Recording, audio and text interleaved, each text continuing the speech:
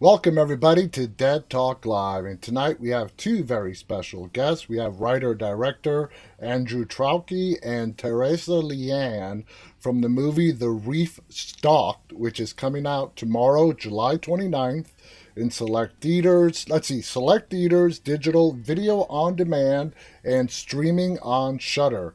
I think you guys have everything covered. That's a nice release right there. Welcome to the both of you. How are you guys doing? Yeah, I'm good, thank you. It is a Yep, great, thanks. It is a pleasure to have the both of you on here. I really enjoyed the movie. We're going to get into it and talk about it. Andrew, I want to start with you. 2010 is when Yep. the Reef came out by you. What led you to sort of revisit the story again?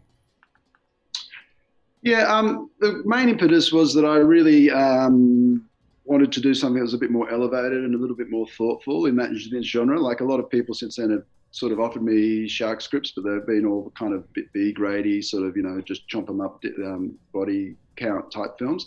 And I went and saw this play called Lethal Indifference, which was all about domestic abuse, and that really stayed with me. And at the same time, I'm a surfer, and I know that surfers call sharks the man in the grey suit. Mm-hmm. And I kind of realized that if those two ideas came together, that might be a really interesting story about a shark. So those two things came together, and I just started getting very excited that I could maybe make a more allegorical film about a shark.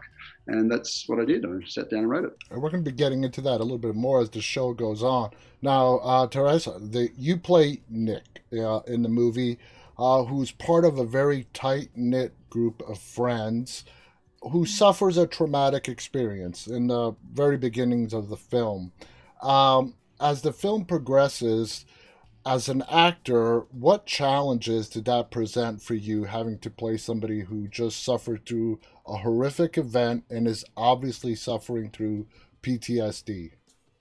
Yeah, I mean, honestly, it was an emotionally and physically exhausting experience throughout, just because the emotional level that she had to be at every day and throughout pretty much each scene, it was just something that the body actually experiences. We know it's acting, but it's just something the body doesn't know the difference, Yeah. is kind of the way that it feels. So it got to a point where I remember, like, I was like, when I was speaking to people back home or anything, I just said it honestly feels like I'm genuinely mourning someone, almost like going to a funeral every day, like that, just crying your eyes out every day. That's pretty much how it felt. Mm-hmm. Um, yeah, but I was lucky to have the support, like particularly the cast members and everyone. They really were there, and just an awesome group of people. It sounds that way. Now, Andrew, I mean, Mm. Teresa's really hit the nail on the head. There's a lot of scenes in this movie where you do a lot of close ups on her face, and you could just see the sheer terror that she is going through. Did you two really have to work close together to get it just the way you wanted it?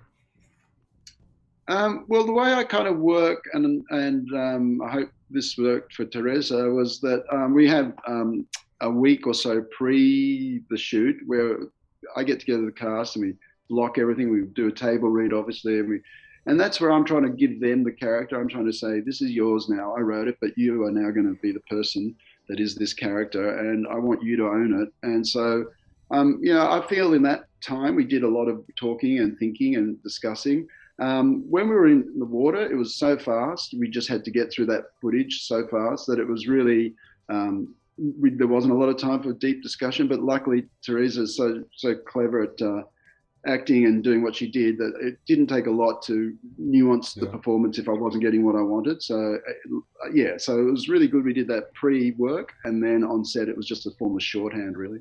And Teresa, I gotta say, you nailed it. I mean, we, as the audience, as I was watching this, we sort of felt the terror that you were going through, and you carried it throughout the whole film. And I'm sure that was very challenging Mm. for you, Andrew. The a lot of your films, not a lot, but you're you've done a lot of films in the deep water, the ocean, and so on. Mm. What attracts you? What draws you to doing that type of film? I think I'm mad.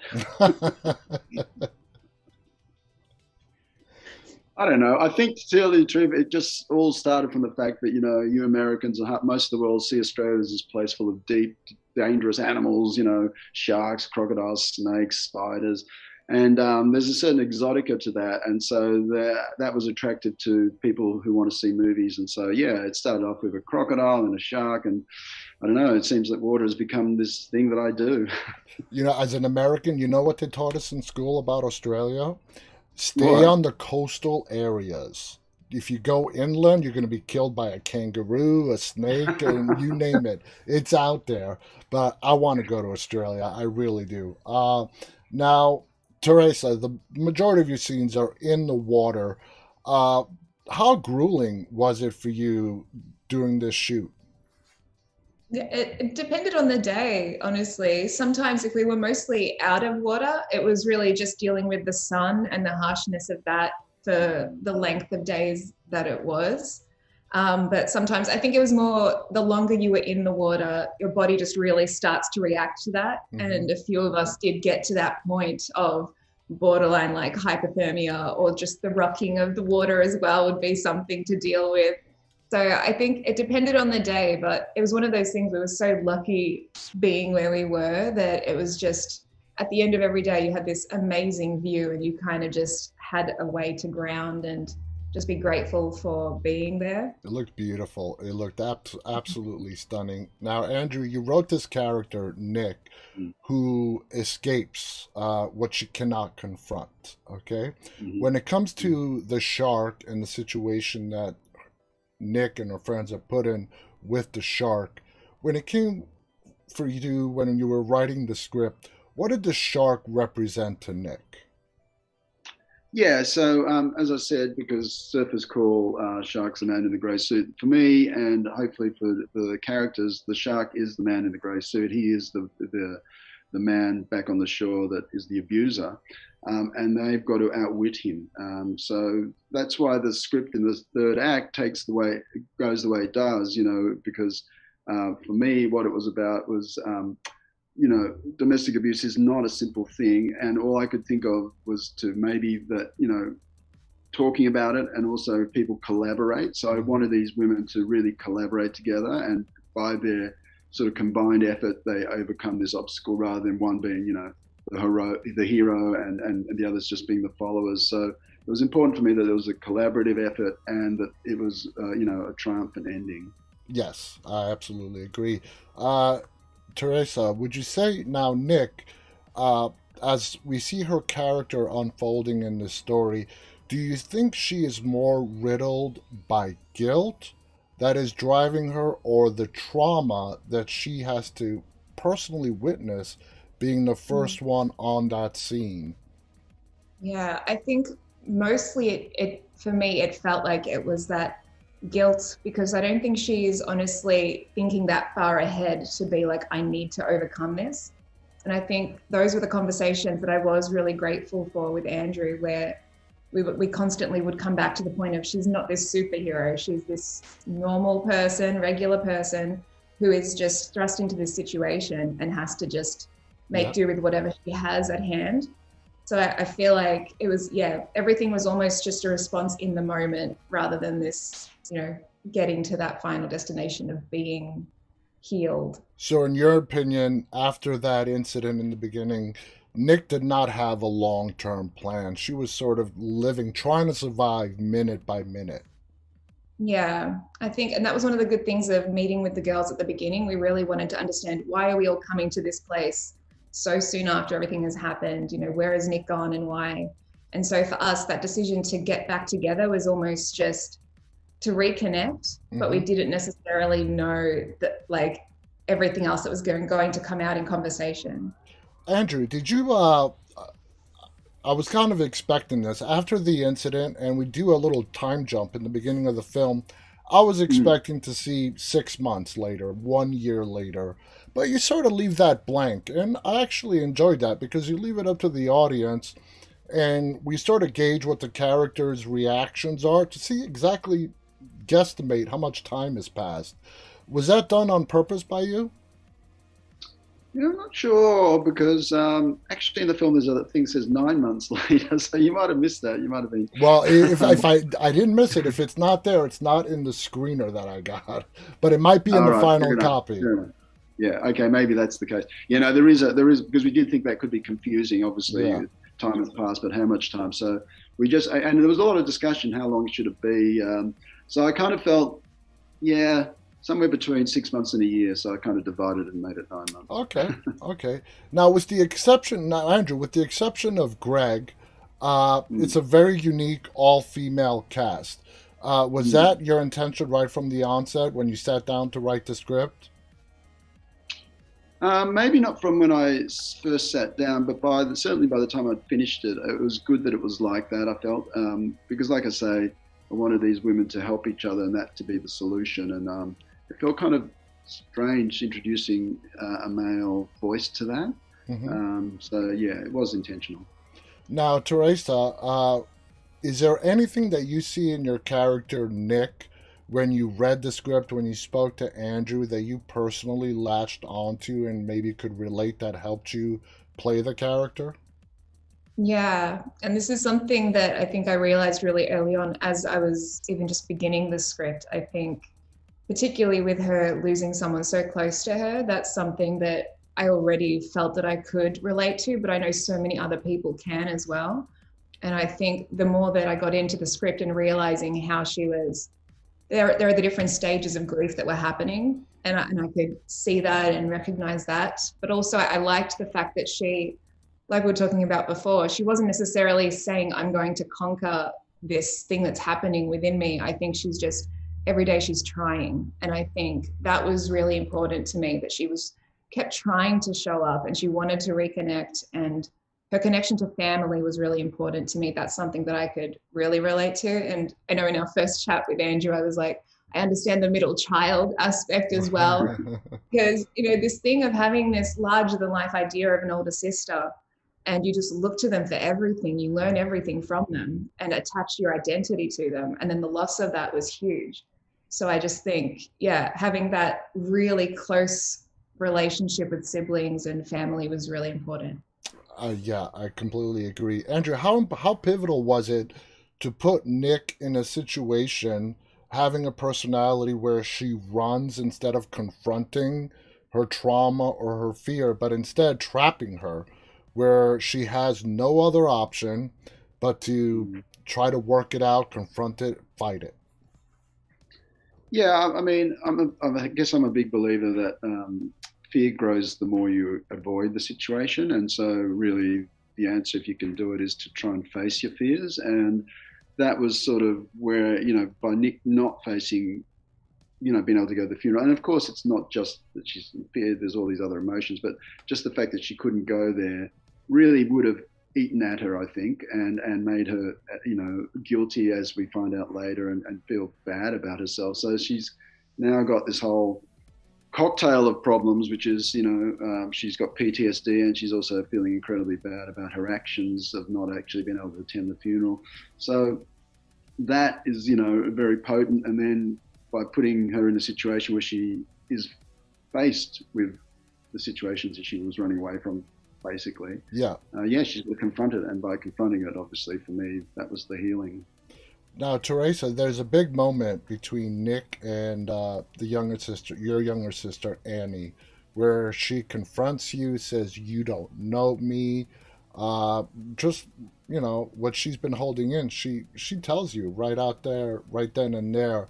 And that look, that really got to you, that really got to Nick. What do you think the comment from Annie, what part of her statement really affected Nick that deeply, that having her own sister accuse her of leaving her, abandoning her, running away, and so on? Yeah, I think a lot of it was she knows all of this, and it's one of those things where it's almost like if she doesn't think about it, it's not the case. And I think having someone who in her eyes for her whole life has been this baby really, and not really looking to her for anything of like responsibility or any of that, and then realizing that Nick has just kind of taken this huge step out of the family dynamic and just left everything to her. I think it was just it's like a gut punch or something, it just actually having someone just put in front of you everything you've done wrong. And all the people that you care about the most, they're the ones you've hurt. I think that was just, everything just came together at once. Yeah, absolutely. Now, Andrew, and the film's climax with Teresa, Nick in the water and the shark coming face to face. By the way, I mean, that was an awesome sequence of events. Was that difficult for you to shoot? How much of it was CGI? How much of it was props? Without giving away what happens, I mean, how difficult was that? I want to hear both your perspectives on this. It was difficult. I mean, we were in water again, so water equals difficult. But, you know, what was great about that was that whilst we had reduced crew and you know, we were in a limited situation, everyone really pulled together and really gave it their all. And I think you're right. Like, to tell you the truth, John, at the beginning, I was very fearful of that scene. That's probably the scene I feared the most, because I thought, how are we going to trap a shark in a net and make it look real? But actually seeing the film, I think that scene plays really well, and you know, Teresa and Saskia, and it's just I quite like it now. So I'm very happy about it. And that was probably the only time in the whole part of the film we actually used, you know, because you can't trap a real white pointer in a net because of a protected species. We used a physical model. Yeah. So Teresa, tell us, did Andrew have you in the ocean? Were you guys in a tank, a pool? How was that shot? Yeah, I mean, I've been saying to everyone, aside from a couple of quick shots that we needed to get later on, 99%, maybe 99.5 of this was out in the ocean. Wow. So, yeah, every day. That's crazy. Yeah. So what did he give you to, you know, when it came to the shark, and we're not going to give away, but like I said, it was pretty awesome how it went down. What did you have to work with? Was it a dummy shark that they put right there for you? I mean, what did they put in its place? Yeah, I mean, it kind of varied depending on what the scene was. If it was something that we weren't necessarily needing to see in shot, we were just kind of given a point of reference of where to look. We would have, I guess, different things to sometimes respond to. I don't want to give away too many of the secrets, but there was generally either a place to look or we had something to look at that was moving. And once you're out in the water and anything is sort of popping up from under the water, it's really easy for the fear to kind of kick in. Absolutely. Now, Andrew, you know, when you're doing any kind of shark movie these days, of course, the gold standard you're going to be measured up against is Jaws. Sure. You know, so as a director and a writer, what do you do to keep the shark story fresh? Sure.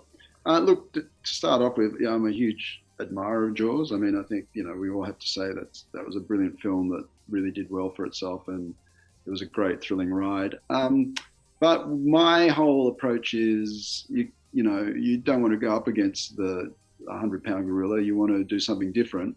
So it was about keeping it real. That's why we use real sharks the majority of the time. It's about keeping the acting real and the situation, the location. So it's all about trying to make it as real as possible. You know, my reaction to these films when I originally started was basically, why are these people making these really ridiculous, almost spoofs with 3D animals that don't look any real and packed as against green screen, and we can pick it all. So I kind of figured I want to do something that is serious, or at least, worthy of telling a story in a way that, you know, isn't just a B-grade joke or something. So, yeah, for me, it's all about, you know, honoring Jaws, but not actually trying to be Jaws at all, going the opposite way, about realism. Yeah, definitely. Now, Teresa, we're almost out of time, but I do want to ask you one last question. In this kind of movie where the characters are running on emotions, adrenaline is running, and you have Andrew directing, was it more Andrew trying to maintain control of everyone and directing, making sure, you know, to keep serenity in a chaotic situation, or was it you and your castmates sort of helping each other out? Yeah, I think it kind of depended on what was needed for the day. So it was, because some scenes or some days were heavier than others. But a lot of the time it was really just a quick group chat before we headed out into the water. And then at that point, we were kind of in separate areas because we needed to be out and looking pretty isolated. So yeah, a big part of it was the cast. Like, we were really lucky to have that dynamic. within the group, where once we were out there, it was a lot of just checking in with each other. Okay, which scene are we definitely doing right now? And, trying to make sure that it felt as real as possible. Okay. Andrew, I know that I said that would be the last question, but do you think this would franchise might continue, or this might be it for the Reef? Well, I didn't ever think I'd do a second shark film, so it really depends on the quality of the script that comes across the table. So if there was something that was really made me feel as elevated and interesting, sure, but yeah. That's fair enough. I want to thank the both of you. Again, the writer-director Andrew Traucki and Teressa Liane. The movie, guys, is called The Reef, Stalked. It is coming out tomorrow, July 29th. Select theaters, video on demand, digital, and streaming on Shudder. I want to thank the both of you for coming on here and sharing your stories. Thank you so much. The movie is very enjoyable. It's going to do very well. Thank you again so much. Do you have any of you want to have any final thoughts you want to share? I'll leave that to Andrew. Well, I just like to, thank you, John, for talking to us, and I really hope the film people enjoy it, and they get a thrilling, tense ride and leave the cinema with a bit of something to think about. Absolutely. I want to thank our audience, those who have tuned in live and those who will be watching this later on. On behalf of Teresa and Andrew and myself, stay safe. Check out the movie again, The Reef Stalk, coming out tomorrow. Stay safe. Stay walking. Good night, everybody. Thank you.